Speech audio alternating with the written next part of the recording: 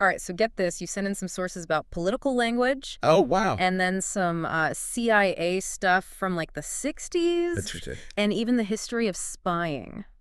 Wow.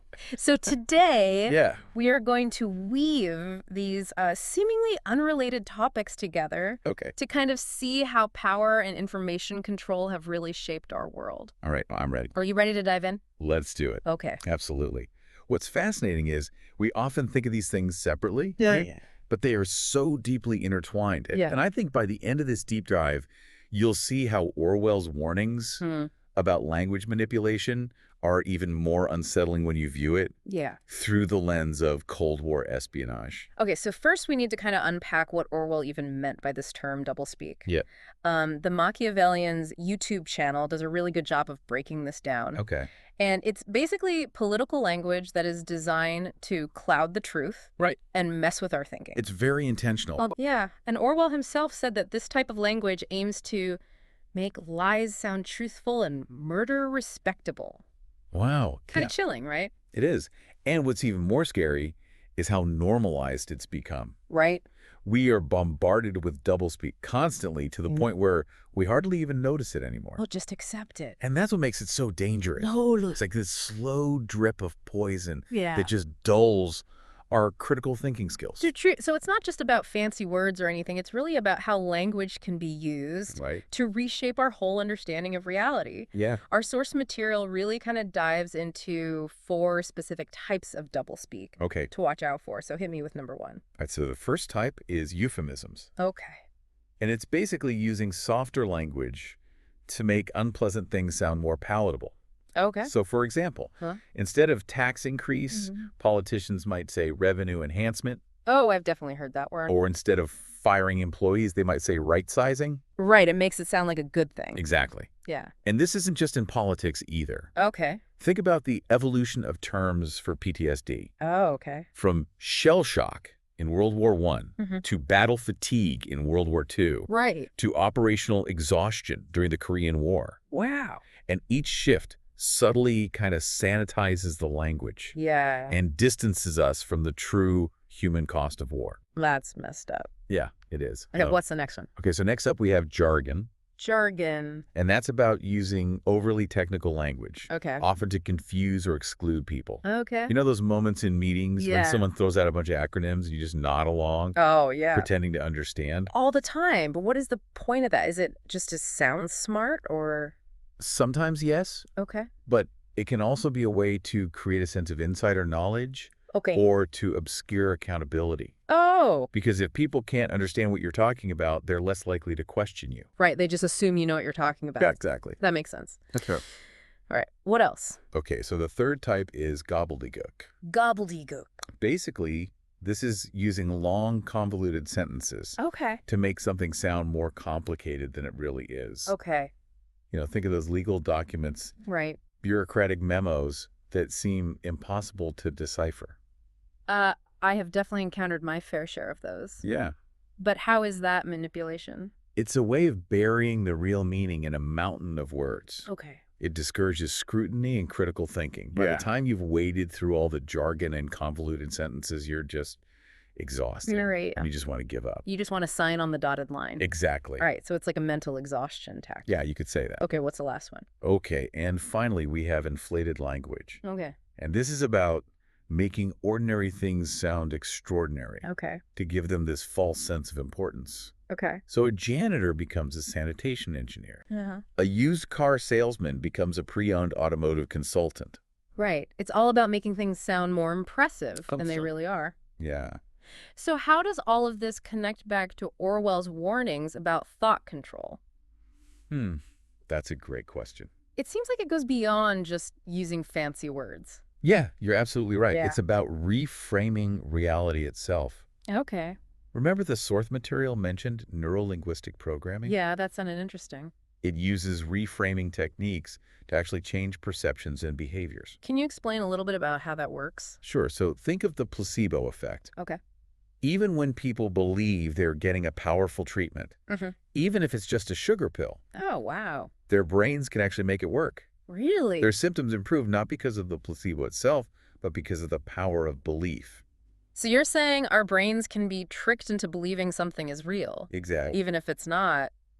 That's kind of wild. It is. And just like a placebo pill can trick the body. Right. Yeah. Skilled manipulators can use language to trick our minds into accepting a constructed reality Okay. that often benefits them. Whoa, okay, so if our brains can be tricked into believing something is real just because of the language used to describe it, Yeah. then how does that relate to the CIA and MKUltra? Hmm. This is where things get really creepy, right?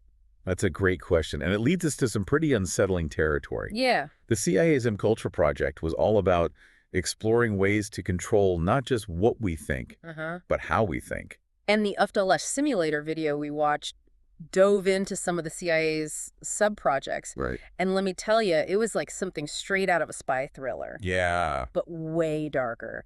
They were experimenting with LSD, Oh, trying to create remote-controlled animals for assassinations, seriously. messing with sensory deprivation, and even dabbling in brainwashing techniques. It's pretty scary stuff. Yeah. It's important to understand that MKUltra wasn't just about mind control in some kind of sci-fi sense. It was about understanding and exploiting the vulnerabilities of the human mind. Okay. They wanted to figure out how to manipulate behavior, often through deceptive and harmful means. And they really went to some crazy length to achieve this. I mean, there was even a project called Operation Midnight Climax, I've heard of that. where they set up brothels, Really? dosed unsuspecting clients with LSD, and observed their reactions. Wow. It's seriously messed up to think about the ethical lines that they crossed. Yeah, it's a stark reminder of the dangers of unchecked power, Yeah. particularly when it's combined with the desire to control the human mind. Right. MKUltra really serves as a cautionary tale about what can happen when the pursuit of knowledge and power Yeah. becomes completely detached from ethical considerations. Okay, so we've got Orwell's warnings about language manipulation, Yeah. CIA's disturbing experiments with mind control. Uh-huh. But what about the history of spying? How does that fit into all of this? Well, if you think about it, spying is all about information control as a tool of power. Okay. And this desire to control information is as old as civilization itself. Yeah, that's a good point. And the video on the history of spying really brought that home. Uh-huh. We saw how ancient civilizations used spies, poisons, and even invisible ink to get ahead. Yeah. Then during the World Wars, code breaking and disinformation became key parts of warfare. Remember the impact of the Zimmerman telegram in World War I? Oh, yeah. A single intercepted and decoded message was enough to push the United States into the war, Wow. changing the course of history. Yeah. Just shows how powerful information can be, Right. especially when it's kept secret or manipulated. And of course, we can't forget about the Cold War, which was Yeah. like a real-life spy thriller. Absolutely. Moles, double agents, all those gadgets. It's no wonder this era captured the public's imagination. Yeah, there's something about the cloak and dagger world of espionage that just fascinates people. Totally. And the Cold War saw the development of some truly ingenious spy technology, like Yeah. this subminiature camera, which was a total game changer. Right. Allowed agents to gather and transmit tons of information discreetly. Yeah, amazing. But here's where it gets really interesting as we move into the digital age. Uh-huh. Spying took on a whole new form. Okay. Cyber espionage became the main battleground for nations and other actors. And the stakes have never been higher. Right. From interfering in elections Yeah. to stealing state secrets Uh-huh. to disrupting critical infrastructure. It can have devastating real-world consequences. Absolutely. It's like the whole world has become this giant spy game, Yeah, and we're all players, whether we realize it or not. I like that. Yeah. That's a powerful way to put it. Yeah. And, the rise of AI and machine learning just means that Oh, yeah. the future of espionage is going to become even more complex Right. and challenging. So what does this all mean for us? Right. The average person trying to make sense of this world of information overload and manipulation, Yeah. it feels like we're being bombarded from all sides. It means that developing those critical thinking skills is more crucial now than ever. Right. We need to be aware of how information can be manipulated, both through traditional methods like doublespeak Uh-huh. and through these sophisticated digital techniques. So it's not just about spotting outright lies, but about recognizing the more subtle ways in which information can be twisted or framed Yes. to influence our thinking. Exactly. We need to question our assumptions. Okay. Consider multiple perspectives and be very wary of those overly simplistic narratives. It's like we need to become our own personal fact I checkers, like that. constantly evaluating the information we encounter Yeah. that we're being fed. Exactly. And that's where those connections between Orwell and Cultra and the history of spying become so relevant. Uh-huh. They all highlight the importance of being aware of the various forces Right. that are vying to shape our perceptions Yeah. and influence our behavior. It's like this constant battle for our minds. It This is. has been a wild ride so far. It has. And I feel like we've only just scratched the surface. I agree. What else is in store for us on this deep dive? Well, next we'll shift our focus to the modern world Okay. and explore how these historical forces are still at play today, Yeah. shaping the information landscape that we navigate every day. This is getting really interesting. I know, right? I can't wait to see where we go from here. I'm excited to see where it goes too. Before we jump into the modern world, I think it's important to recognize something kind of striking. Okay. The tactics used to control information throughout history Mm-hmm. haven't really changed all that much. Oh, really? They've just been adapted for our digital age. Okay, so instead of like invisible ink and secret codes, Right. now we have algorithms and social media bots Yeah. that are shaping what we see and believe. Exactly. And just as nations have always kind of fought to control information, Mm-hmm. there are powerful forces battling for that same control in our digital landscape. Which brings us right back to those Orwellian warnings about language manipulation. Yeah. It's almost like someone dusted off his playbook and was like, Yeah. let's apply this to the internet. Yeah, you're not far off. Okay. Think about it. Euphemisms, jargon, gobbledygook, inflated language. Right. They're all over the place online. Yeah. And it's not just some shadowy government agency doing this. Right. This is happening through channels that we engage with every day. Okay. News outlets, social media, even entertainment. So we're constantly being targeted with these messages that are crafted to influence our opinions and actions, Yeah. often without even realizing it. That's the unsettling truth. Right. And that's precisely why it's so important to develop those critical thinking skills. Uh-huh. We talked about we need to be able to recognize the tactics being used against us. Right. Like just in some kind of abstract sense, but in the real world. Yeah. Can you give me some examples of that? Sure. Can you think of any modern day examples of doublespeak? Oh, gosh. Well, just thinking about euphemisms, Okay. what about the way we talk about military interventions? Instead of using the word war, Right. which obviously evokes images of death and destruction, Yeah. governments often use terms like peacekeeping mission or humanitarian intervention. That's a perfect example. It's Yeah. about softening the language, Right. downplaying the violence, Yeah. and emphasizing supposedly noble goals Mm-hmm. to gain public support for actions that might otherwise be met with a lot of resistance. And while we're on the topic of war, Yep. I can't help but think about the phrase collateral damage Yeah. to refer to civilian casualties. Right. It's almost like they're trying to dehumanize the victims Mhm. and make the impact of violence seem less horrific. It's a chilling example of how language can distort our perceptions Yeah. and sanitize the horrors of war. That's really messed up.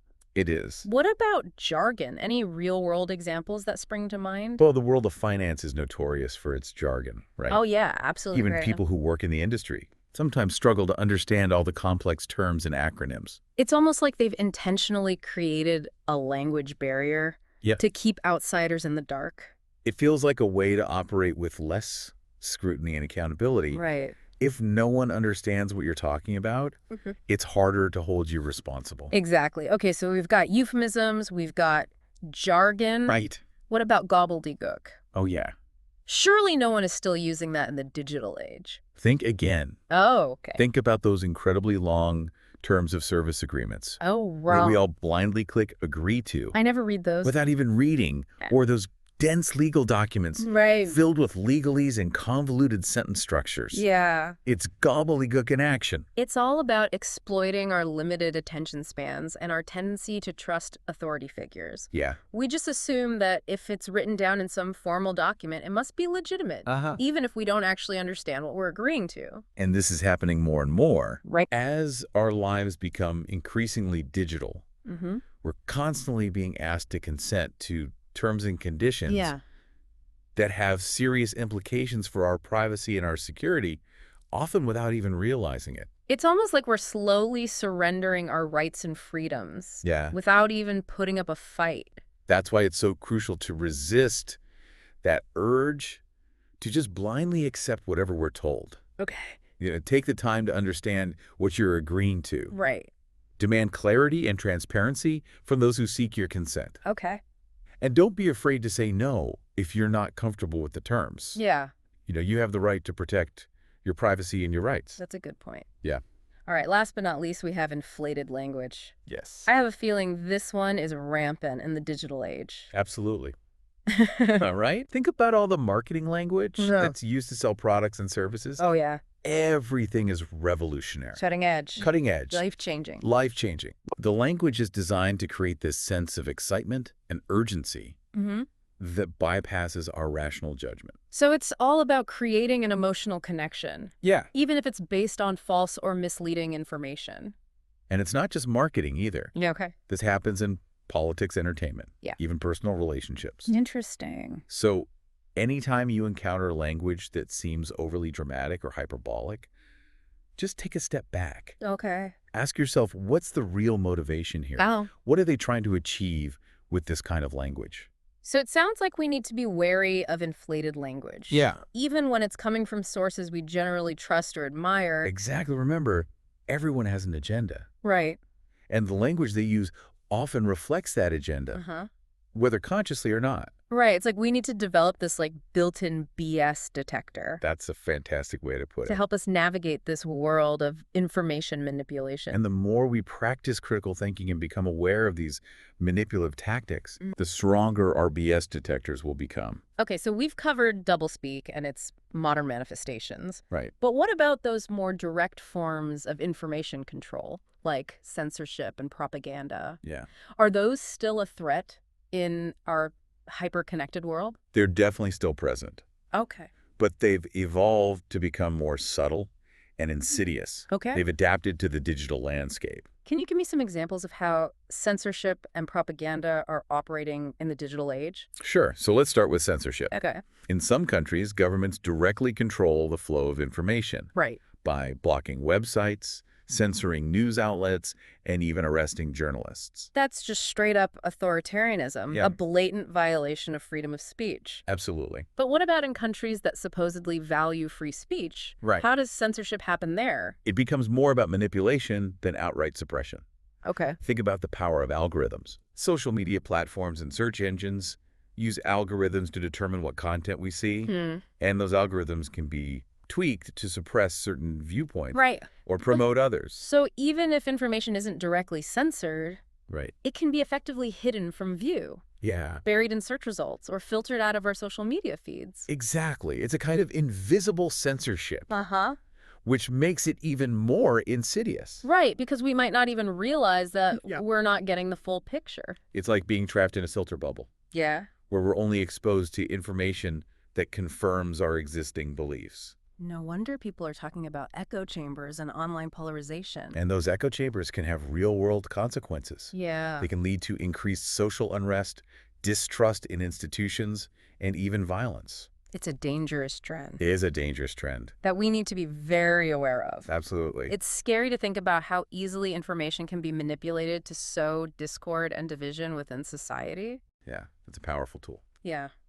And we also have to be aware of our own internal biases. Right. And how they can distort our perceptions. Remember confirmation bias, Oh, yeah. that tendency to seek out information that confirms our existing beliefs Uh-huh. and to ignore anything that challenges those beliefs. Right. It's like we're all wearing these invisible blinders. Exactly. We all have our own preconceived notions and filters through which we view the world. Yeah. And these can make us vulnerable to manipulation even when we think we're being critical and objective. So it's not just about being aware of those external threats, Right. but also about being honest with ourselves about our own internal biases. Absolutely. And it's about being willing to challenge our own beliefs and assumptions, Yeah. even if it makes us uncomfortable. This is a lot to take in. I know, it's a lot. It feels like we're surrounded by forces that are trying to manipulate and control us. Yeah. It's a little overwhelming, to be honest. I understand the information landscape can feel like a minefield, Totally. but we're not powerless. Okay, so how do we do that? Right. How do we push back against all of this manipulation and find some solid ground Right. in this world of information overload? Well, a lot of it comes back to those critical thinking skills we've been talking Sure. about. Okay. We need to learn how to evaluate information carefully, Right. distinguish between fact and opinion, Uh-huh.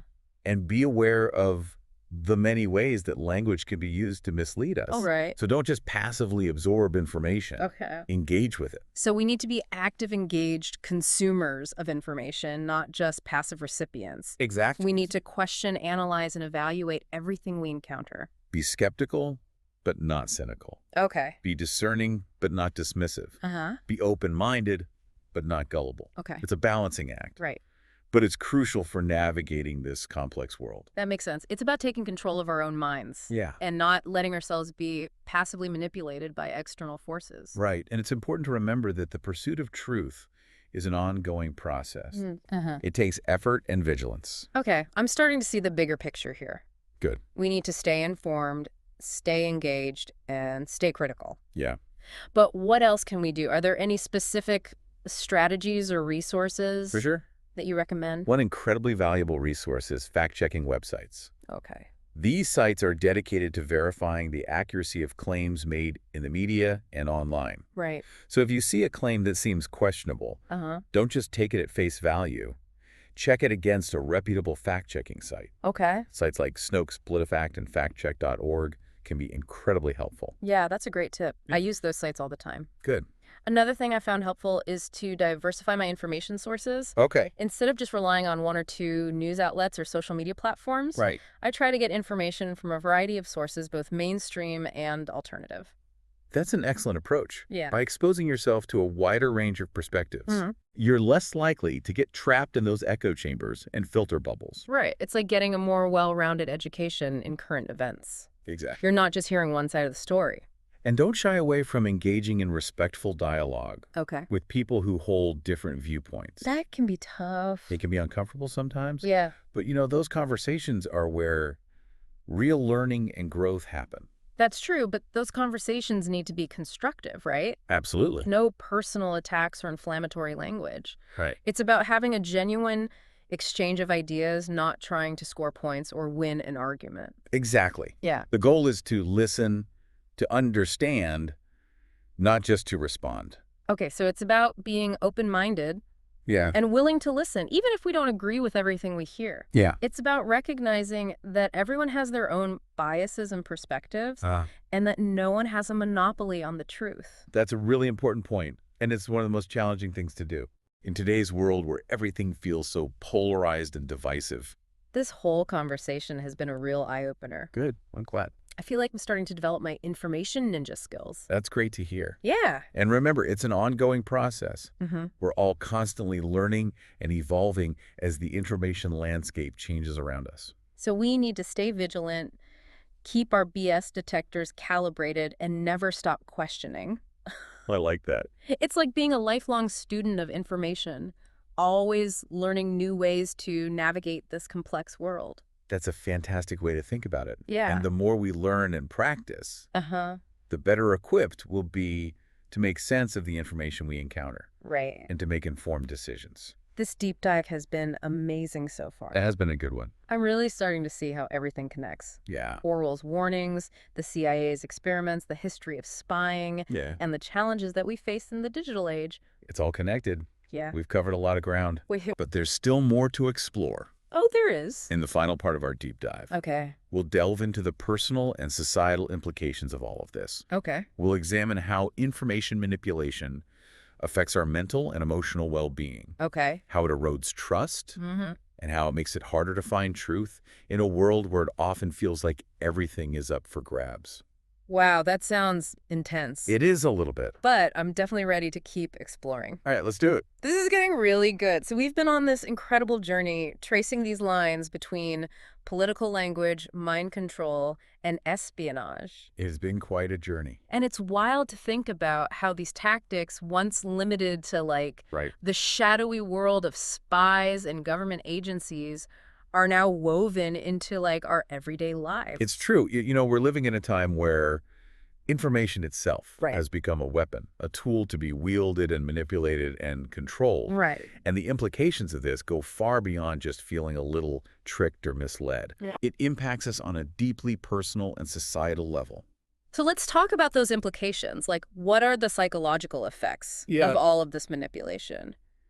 How does it mess with our mental and emotional well-being? One of the most profound and damaging effects is this erosion of trust. Okay. When we're constantly bombarded with misinformation propaganda, doublespeak, Right. it becomes almost impossible to know what to believe or who to trust. It's like that feeling you get when, like, someone you really trusted lies to you. It Exactly. shakes your faith in everything. And this erosion of trust extends beyond personal relationships. Okay. It impacts our faith in institutions and communities, and even our shared sense of reality. So it's not just about feeling betrayed, Right. but about losing faith in the systems and structures that hold society together. Yeah, That's a pretty big deal. it is. And it can lead to this sense of cynicism, apathy, and even despair Wow. as people become disillusioned with the world around them. You know, they start to feel like nothing is real, that everything is a lie, Yeah. and that there's no point in even trying to make sense of it all. It's like that saying, if you don't stand for something, you'll fall for anything. Exactly. When we lose trust in reliable sources of information, Right. we become incredibly vulnerable to manipulation and exploitation. And this is especially dangerous in the age of social media, Right. where information spreads like wildfire, often without any verification or context. It's like a breeding ground for rumors, Yeah. conspiracy theories, all sorts of distortions. Right. It's so hard to know what's real anymore. And this can lead to real-world consequences. Great. We see increased polarization, social unrest, and even violence fueled by misinformation and online manipulation. It's a pretty bleak picture. Yeah. It's almost like we're collectively losing our grip on reality. But remember, it's not just external forces that are manipulating us. Okay. We also need to be aware of our own internal biases and how they can distort our perceptions. We talked about confirmation bias earlier. Right. That tendency to seek out information that confirms our existing beliefs. Right. And dismiss anything that challenges them. Exactly, those invisible blinders that we all wear. Right. It's like we're predisposed to be manipulated even if we don't realize it. So it's not just about being aware of those external threats, Right. but about recognizing our own internal vulnerabilities as well. It's about being willing to challenge our own beliefs and assumptions, Yeah. to really examine where they come from and whether they're based on solid ground. Mm-hmm. It's about being open to new information and perspectives, even if they make us uncomfortable. This is starting to feel a bit overwhelming, to be honest. I understand. It's like we're surrounded by these threats, both Yeah. external and internal. It's a lot.